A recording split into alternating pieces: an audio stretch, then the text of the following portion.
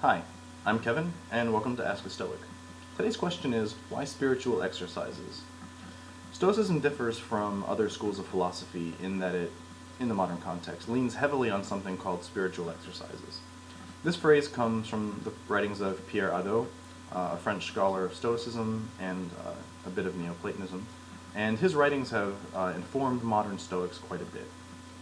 So the idea of spiritual exercises, and he discusses that we might use the term ethical exercises or moral exercises, but those don't really carry quite the same weight that we're looking for. Oftentimes early Christians used the writings of the Stoics, especially in the early monastic settings, to inform their practice. So there's a long history of Stoic spiritual exercises. We tend to classify them according to the three divisions of philosophy, and that's borrowed from Plato, I believe. So we have the tripartite division is logic, physics, and ethics.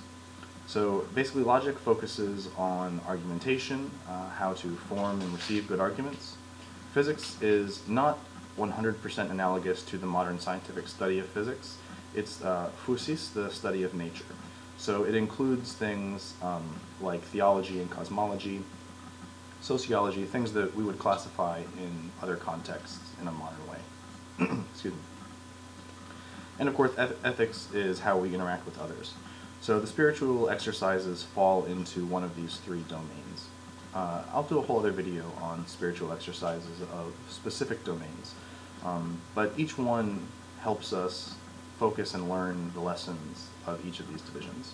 So Socrates sort of famously said that as soon as we understand the good, as soon as we understand virtue, we will have it. And a superficial reading of that says that as soon as someone comes to you and says, "Student, this is what virtue is," you'll suddenly lean back and be virtuous. But that's a very simple reading. As it is, we have been training ourselves in vice for years, decades. And we have been making choices, thousands and thousands of choices, which have built systems in our minds, in our bodies, that respond to vice. And if we want to do something that's different, we necessarily have to train in it. So just as the athlete trains in the gym to get the body to perform in a certain way, we have to train in the philosophy school for our minds, our spirits, and our souls to perform in a certain way. So we do spiritual exercises so that we really can understand virtue. Plato takes Socrates' idea and says that every soul is deprived of truth against its will, that it is our natural inclination towards virtue, but we do have to work for it. So spiritual exercises are necessarily a core component of Stoicism. If our practice is simply reading, which is in fact one of the spiritual exercises to study the teachers that have come before, it is lacking in some crucial ways.